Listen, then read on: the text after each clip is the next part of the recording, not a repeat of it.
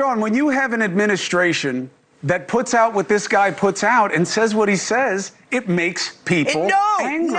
It does. What do you mean, no? You're angry, he was praised be for angry. finally Hold on. having some balls. News Nation host Chris Cuomo brought MAGA figure Sean Spicer onto his show. Lately, there's been a whole lot of outrage, complaints, and emotional reactions about political rhetoric over the past few days. The narrative keeps circling back to one thing, the left being too harsh. According to that perspective, the left has been overly aggressive toward the right. That's exactly the topic Chris Cuomo sat down to discuss with MAGA's Sean Spicer. Geraldo Rivera was part of the panel too. This one's definitely interesting to watch. I've got a few thoughts on it myself. Let's break it down together. Man, you should see how my phone is lighting up. How can you say the president said the right thing? You don't think it was the right thing to say, we were all in there, there was a lot of unity, people came together, it didn't matter about party? That's exactly the right message. The problem is it's not his only message, right? Today, we saw what we see most often, which is his White House press secretary, who's very good at the job, but that's not necessarily a compliment, saying this. Rep. Hakeem Jeffries just this month said, we are in an era of maximum warfare everywhere all the time. Governor Josh Shapiro said heads need to roll. Monica McIver, a Democrat representative on Capitol Hill, we will not take this shit from Donald Trump. He thinks he's a dictator. We are at war. These are Democrat elected officials calling for war against the president of the United States and his supporters. I could go on and on, but again, when you have people in positions of power that are saying things like this every single day for years, you are inspiring violence by people who are already mentally ill. But you're not one of them. I mean, look, to me, the irony is just disgusting here, but that's what gets rewarded. There is no shame in this game. So let's discuss where this leaves us. News Nation correspondent at large, Mr. Geraldo Rivera, former White House press secretary in the first Trump administration, Mr. Sean Spicer. Good to have you both. Oh, Sean's got a new book out, by the way, called Trump 2.0. Sean, Geraldo, good to have you. Geraldo goes first because he's sitting next to me, Sean. You got the proximity advantage. If I would have come to New York, if I knew that. Oh, it would have been a fun party. Come on, I'll have you one on each side. Like, so, Geraldo, I was hopeful that, thank God, nobody got hurt here, and that maybe having all these bold-faced names in one place with the could have been me would change. We got to do something different. This is no good. Nothing like that came out of it. I feel so badly that you're so hurt by it because I care for you as my friend and mentee over the years. And, I think that you've done a great job. But I think that sometimes idealism gets pushed aside, as it should, in favor of pragmatism. For example, Rand Paul, notoriously stingy in terms of spending public money. He just voted in terms of the White House ballroom in favor of it. It's an 8-1 vote. Now, why not get together on something practical like that? You hate each other. You know that ideologically speaking, you'll never the twain shall meet. You know that you think you're morally superior. Not you. I mean, in the. I know I'm morally inferior. That's why I try to keep it amoral. I think that it'd be better just to be pragmatic about it. Be pragmatic idealists. You want something to happen, make it happen. But you're right. But pragmatically, Sean, you wind up right where you are. We all know about what DJT 100 was supposed to be about, right? It was this ambition of, let me see how many people on both sides I can get to like what I'm about in this administration. But this works better. This dividing works better, and it's easier. And that's what gets rewarded within the parties and online by the algorithms. Why would you try anything else? Yeah, respectfully, as a friend and a mentee as well, I disagree. It's not just reward, it's factual. I mean, look, I don't like to use events like this to score points, and I get maybe in that way we agree. But the reality is that Caroline was absolutely right. I mean, look, these guys are the first ones to point fingers. For Barack Obama, the president of the United States, to put out a tweet and say, we have no idea what the political leanings of this person are, his motivations, is patently false. The guy wrote a manifesto that was very clear about what his motivations were and what his intent was. So when we get gaslit, and Chris, I know that you and your family have been involved in politics, so I'm sure this might resonate with you as well, but I've dealt with that vitriol. I've had people come to my house. I've had people make threats. Too. And so I know, that's why I'm saying I think you identify with this as well. But Geraldo's the only one that people just love. So maybe he doesn't get this the same way. But look, here's the thing. Because I've been around for 100 years. I think that you can say what you will about the president's rhetoric, right? And there's things that he said that I don't fully agree with, or how he expresses himself. Got it. But at the end of the day, Caroline was right. When you tell someone that they are a threat to democracy, a threat to this country, a threat over and over again, what do you think is going to happen? People are finally going to say, well, if that's a threat, I need to get rid of the threat. You're right about half of it. And I'll say it this way, and I'll put it to Geraldo. That's better than I did in high school, Chris. But hold on. If you switch the R and the D, and this was Joe Biden who says the things that Donald Trump says on a regular basis about you, about me, about immigrants, about any group, put it in. They would go crazy. Sean's head would explode. But he's very mild because it's about Trump. Levitt is right about half of it, not all of it. And that's why nothing changes. I But feel here's the badly point. that you're... Look, can I just ask this? Can you guys just agree, though, there's a difference between mocking somebody and saying that they're a horrible person and whatever, and telling someone that they should be eliminated? Like, there's a difference to me. Wait a second. Nobody's saying he should be eliminated. You saw the two sides to Donald Trump on Saturday and Sunday. Saturday night, when he came back after the traumatic event, he was magnanimous. He was inclusive. He was wonderful. And I said, wow, this may be something that will cause a new President Trump.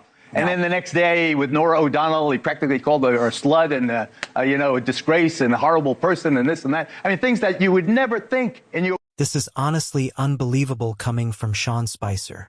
He actually threw around the term gaslighting to argue that Democrats, the left, or progressives, whatever label you want to use, are the ones misleading people. But if we're being real, the level of distortion and spin we've witnessed over the past decade has been on another level entirely.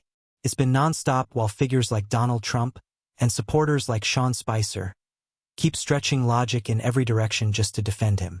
And the truth is, this is someone who's incredibly difficult to defend based on his own words and actions. Yet they present him like he's completely blameless, like he's above criticism. The moment anyone points out something controversial or inflammatory, it's, "How dare you?" Meanwhile, Donald Trump has used language about opponents being vermin, called people enemies of the state, and made bizarre claims that grab headlines for all the wrong reasons. It's hard to even process how that gets brushed aside. At this point, you have to wonder whether Sean Spicer actually believes what he's saying, because it's difficult to understand how anyone could make the argument that the left is uniquely extreme or aggressive, while pretending the right has stayed completely measured. That disconnect just doesn't add up. Real life to call anyone. But knowing him as long as I know him, hold it a second. Knowing him as long as I've known him, I reconcile myself. That's who he is. He's mercurial. He's thin-skinned. He's entitled and aggrieved. And those are things that he is. Imagine what your wife would say if you had talked like that in an interview. Oh, my God, she wouldn't. Man, but there's a difference. She would give me the cold shoulder to beat the bear. Go ahead. Go ahead. Time in. What do you got? I'm just saying, like, look, I think that calling somebody a jerk or disgusting or whatever, okay, yes, I don't generally speak like that, but that's a very different thing than saying someone is a threat to the country and a threat to democracy. He calls I want to get rid of a threat to the country and democracy all the time, Sean. He throws around labels like Marxists, communists, and all these other terms he uses to describe Democrats and people on the left, as if that somehow proves his point. Then you look at the rhetoric coming from the other side. Statements about immigrants saying when Mexico sends people, they're not sending their best, and it only escalates from there. I won't even repeat some of the lines that followed. They speak for themselves and probably wouldn't fly everywhere anyway. There have been moments where he talked about wanting to hit a heckler, praised tactics like waterboarding, and even suggested going further than that.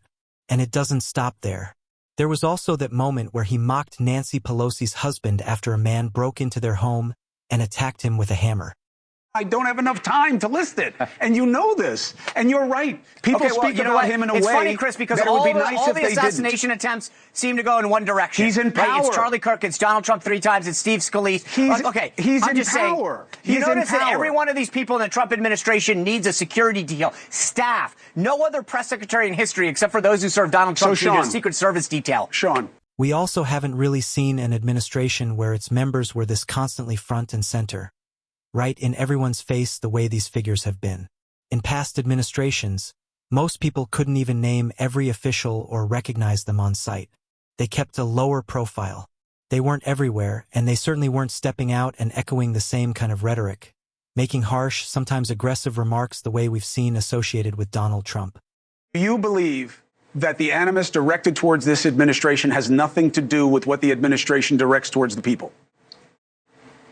I don't know that there's an equivalence. Sometimes the language is inflammatory, but there's a difference when the Democrats in power tell you that there's a threat and they must be eliminated. But where did it come from, Sean? But why don't you compromise, Chris, and say you're for the ballroom? The guy should have a Purple Heart. He's been the victim of assassination attempts 3 times. The ballroom makes sense pragmatically. I don't care. Suggests that he's I don't care about he's right. the ballroom. Maybe he's right about that. The idea that we're talking But about. if you don't care about it, why don't you say you're for it?